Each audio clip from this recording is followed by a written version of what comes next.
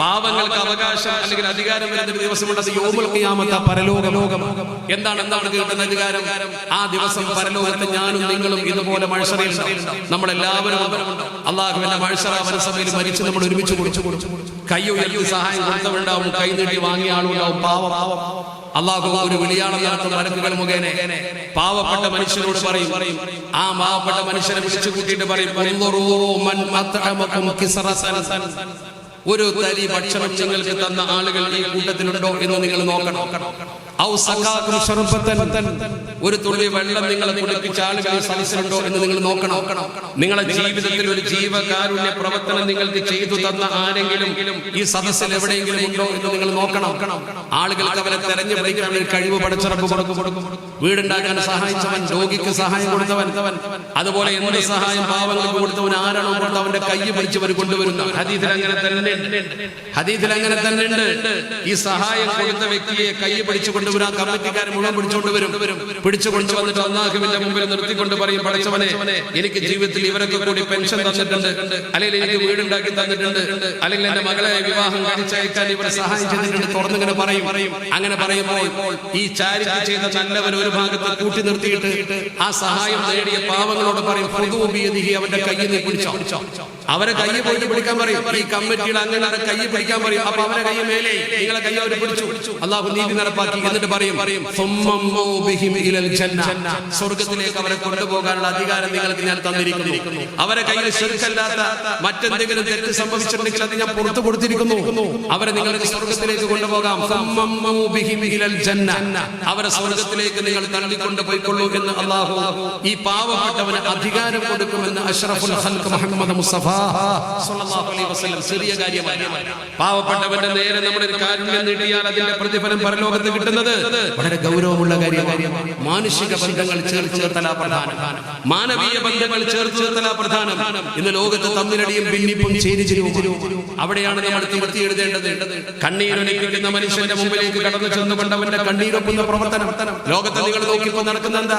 അധികാരത്തിന് വേണ്ടി മനുഷ്യൻ ബോംബിന്റെയും തോക്കിന്റെയും ഗസയിൽ 10,000-കണക്കിന് കുഞ്ഞുങ്ങളുടെ ജീവനാ പോയ ആശുപത്രിക്കാണ് ബോംബിട്ടത്. മനുഷ്യന്റെ മക്കളുടെ മയ്യത്തിന്റെ മേൽ വരെ ബുൾഡോസർ ഓട്ടിക്കൊണ്ട് മയ്യത്ത് വരെ വികൃതമാക്കുന്ന വൃത്തികെട്ട പ്രവർത്തനം ലോകത്തെ സാമ്രാജ്യത്താക്ഷികൾ കാണിക്കുമ്പോ നമ്മൾ ഓർക്കണം, നമ്മളിവിടെ പാവപ്പെട്ടവന് സഹായം കൊടുക്കുകയാണ്, അന്നമില്ലാത്തവന് അന്നം കൊടുക്കുകയാണ്. അത് അല്ലാഹു ഏറ്റവും ഇഷ്ടപ്പെടുന്ന പ്രവർത്തനമാണ്. അല്ലാഹുവിന്റെ പരിശുദ്ധ പ്രവാചകർ തന്റെ കയ്യിലേക്ക് എന്തെങ്കിലും വന്നാൽ ഉടനെ തന്നെ പാവങ്ങൾക്ക് ധർമ്മം കൊടുത്തു തീർക്കുമായിരുന്നു. സാധുക്കൾക്ക് ധർമ്മം കൊടുത്തു തീർക്കുമായിരുന്നു. പാവങ്ങൾക്ക് ധർമ്മം കൊടുത്തു തീർക്കുവാൻ ആവശ്യമായ എല്ലാ പ്രവർത്തനങ്ങളും അല്ലാഹുവിന്റെ പരിശുദ്ധ പ്രവാചകർ ചെയ്യുമായിരുന്നു. നമ്മുടെ കൂട്ടത്തിൽ നിസ്കാരക്കാരുണ്ടാകും, നമ്മുടെ കൂട്ടത്തിൽ നോമ്പുകാരുണ്ടാകും, നമ്മുടെ കൂട്ടത്തിൽ എത്തിക്കാത്തിരിക്കുന്നവരുണ്ടാകും. പക്ഷെ ഒരു കാര്യം നിങ്ങൾ ശ്രദ്ധിച്ചിട്ടുണ്ടോ? അല്ലാഹുവിന്റെ പരിശുദ്ധ ഖുർആൻ പറഞ്ഞു, ഫവൈലുൽ ലിൽ മുസല്ലീന അല്ലദീന ഹും അൻ സ്വലാത്തിഹിം സാഹൂൻ അല്ലദീന ഹും യുറാഊൻ വയംനഊനൽ മാഊൻ. ഒരു തരത്തിലുള്ള നിസ്കാരക്കാർക്ക് കഠിനമായ ശിക്ഷയും. ഏതാണ് നിസ്കാരക്കാർ? അല്ലാഹുവിന്റെ പരിശുദ്ധ ഖുർആൻ പറയുന്നത് സൂറത്തുൽ മാഊൻ. സൂറത്തിന്റെ പേര് തന്നെ മാഊൻ എന്നാണ്. എന്താണ് നിസ്കാരക്കാരുടെ പ്രത്യേകത? അവർ നിസ്കാരത്തിൽ അശ്രദ്ധരാണ്. പോരാ, അല്ലദീന ഹും യുറാഊൻ, ഒരു പ്രകടനപരതയാണ്. ഞാൻ വലിയ ആരാധകനാണ് എന്നൊരു പ്രകടനപരത. പിന്നെ അവന്റെ സ്വഭാവം അവൻ മാഴൂൻ തടയുന്നവനാണ്. ഉമ്മമാരൊക്കെ ശരിക്കും മനസ്സിലായി, മാഴൂൻ തടയുന്നവൻ. എന്താണ് മാഴൂൻ എന്ന് പറയുന്ന പദത്തിന്റെ അർത്ഥം? മാഴൂൻ തടയുക എന്ന് പറഞ്ഞാൽ എന്താണ് ഇതിന്റെ അർത്ഥം? മാഴൂൻ എന്ന വാക്കിന്റെ അർത്ഥം എന്താണ്? മാഴൂൻ എന്ന വാക്കിന്റെ അർത്ഥം പച്ച മലയാളത്തിൽ നമുക്ക് പറയാൻ പറ്റില്ലെങ്കിലും അത് വ്യാഖ്യാനിക്കപ്പെട്ടിട്ടുണ്ട് പരിശുദ്ധ ഖുർആന്റെ മുഫസ്സിരീങ്ങൾ. എന്തൊക്കെയാ? നമ്മുടെ വീടിന്റെ ഉള്ളിൽ നമ്മൾ വെക്കുന്ന നിസ്സാരമായ സാധനങ്ങൾ, കത്തി, വടി, കൈക്കോട്ട്, അതുപോലെ കൊട്ട, പാത്രം, കയ്യിൽ പോലുള്ള സാധനങ്ങൾ, ഇതൊരു ഉപകരണമാണ്.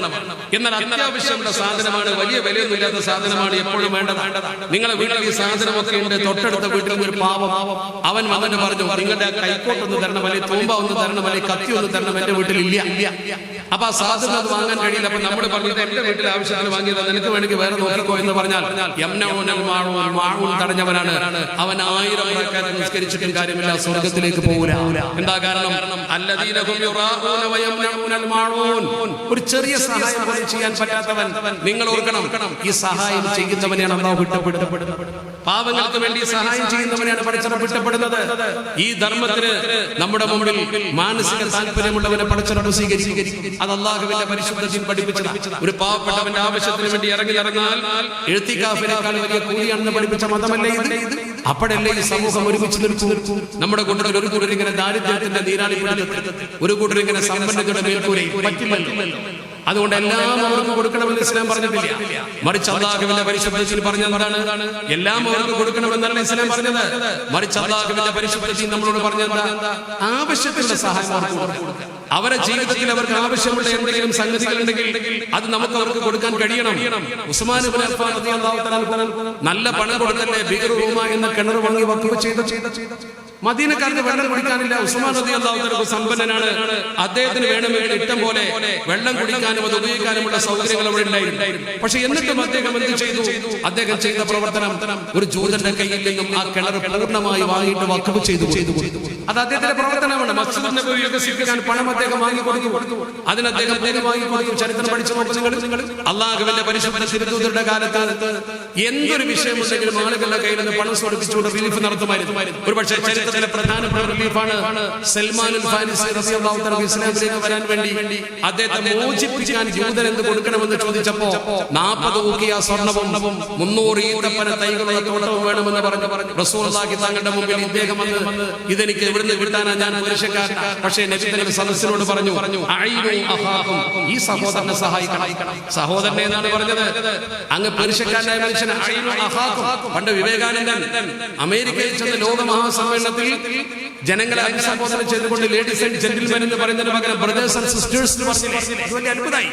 അത് വലിയ അത്ഭുതമായി. അതിന്റെ നൂറ്റാണ്ടുകൾക്ക് അല്ലാഹുവിന്റെ തിരുദൂതർ അഷ്റഫുൽ ഖൽഖ് മുഹമ്മദ് മുസ്തഫ സ്വല്ലല്ലാഹു അലൈഹി വസല്ലം തങ്ങൾ പറഞ്ഞു ഈ സഹോദരനെ നിങ്ങൾ സഹായിക്കണം. ഇതൊരു സാഹോദര്യ ബന്ധമാണ്. ഇതൊരു സാഹോദര്യ ബന്ധമാണ്. ഈ സാഹോദര്യ ബന്ധമാണ് സമൂഹത്തിൽ ഏറ്റവും പ്രധാനം. അത് അങ്ങോട്ടും ഇങ്ങോട്ടും ഒക്കെ നമ്മൾ ചെയ്യും. ഈ അങ്ങോട്ടും ഇങ്ങോട്ടും ഒക്കെ ചെയ്യണം. നമ്മുടെ സമൂഹത്തിൽ അങ്ങനെയാണ്. എത്രയോ മുസ്ലിങ്ങൾ ചെയ്യുന്നുണ്ട്. എത്രയോ മുസ്ലിം സമുദായങ്ങൾ ചെയ്യുന്നുണ്ട്. ഡയാലിസിസ് സെന്ററുകളുണ്ട്. അതുപോലെ തന്നെ പാലിയേറ്റീവ് പ്രവർത്തന കേന്ദ്രങ്ങളുണ്ട്. ഇന്ന് കേരളക്കരയിൽ മികച്ചു നിൽക്കുന്ന പാലിയേറ്റീവ് പ്രവർത്തന കേന്ദ്രങ്ങൾ നോക്കും നിങ്ങൾ. ഒരുപക്ഷെ ഏറ്റവും കൂടുതൽ ചാരിറ്റി പ്രവർത്തനം നടക്കുന്നത് മുസ്ലിം മേഖലയിലാണ്, പ്രത്യേകിച്ച് കേരളത്തിലാണ്. നമ്മളാണ് ഈ മേഖലയ്ക്ക് മുന്നിട്ട് നിൽക്കുന്നത്. കാരണം എന്തുകൊണ്ട്? ഇതിന്റെ പ്രതിഫലം എന്ത് എന്ന് പഠിച്ചവരാണ് നമ്മൾ. ഞാനത് കമ്മ്യൂണലായി പറയുകയാണ്. എല്ലാ മതത്തിലും ഇത്തരം നന്മ ചെയ്യുന്ന ആളുകളുണ്ട്, മുസ്ലിങ്ങളുണ്ട്. നമുക്ക് ആദ്യം പള്ളി കെട്ടാൻ കൊടുങ്ങല്ലൂർ ഒരു സ്ഥലം തന്നത് ഒരു ഹിന്ദു രാജാവല്ലേ? അതുപോലെ പള്ളിക്കും മദ്രസക്കും ദീനീ കാര്യത്തിന് കൊടുക്കുന്നത് പോലെ തന്നെ മനുഷ്യന്റെ അടിസ്ഥാനപരമായ പ്രശ്നങ്ങൾക്കും സഹായം ചെയ്യുന്ന ഒരു തലമുറ ഉണ്ടായിരുന്നു. ആ നന്മയിലേക്ക്, ആ സ്നേഹത്തിലേക്ക് തിരിച്ചു പോകണം. ഇങ്ങനെ ചേർത്ത് പിടിക്കുമ്പോഴാണ് ഒരു നാട്ടിൽ സമാധാനം ഉണ്ടാകുന്നത്. ഒരു കാര്യം കൂടി മനസ്സിലാക്കണം. അല്ലാഹുവിന്റെ പരിശുദ്ധ പ്രവാചകൻ പറഞ്ഞ വാക്കുണ്ട്, കാദൽ ഫഖ്റു അൻ യകൂന കുഫ്റ. ദാരിദ്ര്യം മനുഷ്യനെ സത്യനിഷേധത്തിലേക്ക് കൊണ്ടുപോകും. ദാരിദ്ര്യത്തിന്റെ നീരാളിത്തരത്തിൽ കക്കാൻ ഇറങ്ങുന്നവരും, കൊള്ള ചെയ്യാൻ ഇറങ്ങുന്നവരും, വെട്ടിപ്പിടിക്കാൻ ഇറങ്ങുന്നവരും, കലാപം ഉണ്ടാകുന്നവരും, ദാരിദ്ര്യം സമൂഹത്തിൽ അസ്വസ്ഥത ഉണ്ടാക്കുന്നവരാണ്. അപ്പൊ ദാരിദ്ര്യം ഇല്ലായ്മ ചെയ്യൽ സുരക്ഷിത സമൂഹത്തിന്റെ ജീവിതത്തിന് ആവശ്യമാണ്. അതുകൊണ്ട് നമ്മുടെ സമൂഹത്തിൽ ആരെങ്കിലും ഒക്കെ ബുദ്ധിമുട്ടി കഴിയുമ്പോൾ ഇപ്പൊ നിങ്ങൾ നോക്കുന്നു, നമ്മൾ ചെയ്യേണ്ട പ്രവർത്തനങ്ങളെ കുറിച്ച് കൃത്യമായി ഓർക്കണം. ഒരു 4 പെൺകുട്ടികളുടെ ഒരു പിതാവ്, അയാൾക്ക് അയാൾ മകളെ കെട്ടിക്കാൻ കഴിയുന്നില്ല. നമ്മൾ സഹായിക്കണ്ടേ? നമ്മൾ എന്തെങ്കിലും ചെയ്യേണ്ടി വരില്ലേ? രോഗിയായി ഒരു മനുഷ്യൻ, അയാൾക്ക് എന്തെങ്കിലും സഹായം ചെയ്യണ്ടേ? ക്യാൻസർ രോഗം പോലെ നിങ്ങൾ നോക്ക്. നമ്മൾ ഈ ചെയ്യുന്ന ചാരിറ്റിയുടെ ഫലമായി അല്ലാഹു മാരക രോഗങ്ങൾ നമുക്ക് നൽകാതിരിക്കട്ടെ. ക്യാൻസർ ഒക്കെ പിടിപെട്ട് നോക്കട്ടെ. ആ പിടിപെട്ട ഒരാളെ ജീവിതം മെല്ലെ മെല്ലെ മെല്ലെ നരകിച്ചു പോവാൻ. ഒരു കിഡ്നി രോഗി ഒന്നും ചെയ്യാൻ കഴിയില്ല. പാവത്തിൽ അല്ലാഹു തആല 2 കിഡ്നിക്ക് വല്ലതും സംഭവിച്ചാൽ ഡയാലിസിസ് ചെയ്തുകൊണ്ടിരിക്കണം. എത്ര ബുദ്ധിമുട്ട് സഹിക്കണം. ആ ഡയാലിസിസ് ഇങ്ങനെ തുറന്ന് ചെയ്യാം. പിന്നെ എങ്ങനെ അവസാനിക്കുക ചെയ്യാം? പിന്നെ എങ്ങനെ അവസാനിക്കും? അല്ലാതെ ക്യാൻസർ പിടിപെട്ടയാൾ അവസാനം അങ്ങനെ പോയി മരിക്കും. തേർഡ് സ്റ്റേജ് പോയി കഴിഞ്ഞാൽ അതുപോലെ എത്ര രോഗങ്ങൾ ഇന്ന് നമ്മുടെ സമൂഹത്തിൽ കോവിഡ് വന്നപ്പോൾ എത്രമാത്രം പ്രശ്നങ്ങൾ ഉണ്ടായി. നമ്മളൊക്കെ കോവിഡിനെ അതിജയിച്ചത് എങ്ങനെയാണ്? ചേർത്ത് പിടിച്ചിട്ടാ. ഗൾഫിലൊക്കെ റൂമിൽ കിടക്കുന്ന ആളുകൾ ഭക്ഷണം കൊണ്ടുപോയി കൊടുത്തിട്ട്, നാട്ടിലൊക്കെ അവർക്ക് ക്വാറന്റൈൻ സൗകര്യം ചെയ്ത് കൊടുത്തിട്ട്, ഇവിടെ തന്നെ പല ക്വാറന്റൈൻ സൗകര്യങ്ങൾ ചെയ്ത വിഷയം ഇവിടെ നേരത്തെ ഞാൻ ഉറൂസിന് വരുമ്പോൾ പ്രസംഗിച്ച് ഞാൻ കേട്ടിട്ടുണ്ട്. അപ്പൊ നിങ്ങൾ ഓർക്കണം, ഇതൊക്കെ മനുഷ്യന്റെ കടമയാണ്, ഔദാര്യമല്ല. നമ്മളിത് കൃത്യമായി നിർവഹിക്കേണ്ടവരാ. ആ കൃത്യമായ നിർവഹണത്തിന് ഒരു വേദി ഉണ്ടാക്കുകയും ആ വേദിക്ക് സഹായം ചെയ്യാൻ നല്ലൊരു മനുഷ്യൻ മുന്നോട്ട് വരികയും പോരാ ഏറ്റെടുത്ത് പ്രവർത്തിക്കാൻ നല്ല സാമൂഹ്യ സാംസ്കാരിക പ്രവർത്തകർ ഉണ്ടാവുകയും ചെയ്തത് ഒരു നാടിന്റെ നന്മ നിറഞ്ഞ മുഖത്തിന്റെ ഉദാഹരണമാണ്. ആ നന്മകൾ നിലനിർത്താൻ നമുക്ക് കഴിയണം. അത് നിലനിൽക്കുമ്പോഴേ നാളെ അള്ളാഹുവിന്റെ മുമ്പിൽ ചെന്ന് നിൽക്കുമ്പോ നീ എന്റെ ദീനിന് വേണ്ടി എന്ത് ചെയ്തു എന്ന് ചോദിക്കുമ്പോ അതിനൊരു മറുപടി പറയാനുണ്ടാവും. നിസ്കരിച്ചു, നോമ്പ് നോറ്റു, സക്കാത്ത് കൊടുത്തു എന്നൊന്നും പറഞ്ഞിട്ട് കാര്യമില്ല. മറിച്ച് നമ്മൾ ഇത്തരം നല്ല പ്രവർത്തനങ്ങൾക്ക് മുന്നിട്ടിറങ്ങുമ്പോ നമ്മുടെ വഴി അടയാളങ്ങൾ ഇവിടെ കാണും. നമ്മുടെ പൂർവിക മഹത്തുക്കളൊക്കെ അതിനുവേണ്ടി പ്രവർത്തിച്ചവരാ. പാണക്കാട് സയ്യിദ് സാദിഖ് അലി ശിഹാബ് തങ്ങളെ ഇവിടെ വന്നത്. ആ പാണക്കാട് സയ്യിദ് മുഹമ്മദ് അലി ശിഹാബ് തങ്ങൾ എന്ന് പറയുന്ന വ്യക്തിത്വത്തെ ജാതിയും പാർട്ടിയും നോക്കാതെ എല്ലാവരും സ്നേഹിച്ചു. എന്തേ കാരണം? എല്ലാവർക്കും അദ്ദേഹം ചെയ്ത സേവന പ്രവർത്തനം. ചില സ്ത്രീകളൊക്കെ പാവങ്ങൾ കല്യാണം ഉറപ്പിച്ചതിന് ശേഷം തങ്ങളോടൊന്ന് വന്ന് പറയും, ഞങ്ങളൊക്കെ നേരിട്ട് കണ്ടിട്ടുണ്ട്, നിങ്ങളിൽ പലരും കണ്ടിട്ടുണ്ടാവും, അവര് വരുന്നത് ഒന്നും കിട്ടാനല്ല, തങ്ങളുടെ ഒരു പ്രാർത്ഥനക്കാർ. പക്ഷേ തങ്ങൾ പ്രാർത്ഥിക്കും മകളെ കെട്ടിക്കാനാണെന്ന് പറയും. ഭാഗത്ത് പോയി ചുവന്ന കടലാസിലോ ബോക്സിലോ പൊതിഞ്ഞ സ്വർണത്തിന്റെ അംശം കൊണ്ടുവന്ന് കൊടുക്കുന്നത് നേരിട്ട് കണ്ടിട്ടുണ്ട്.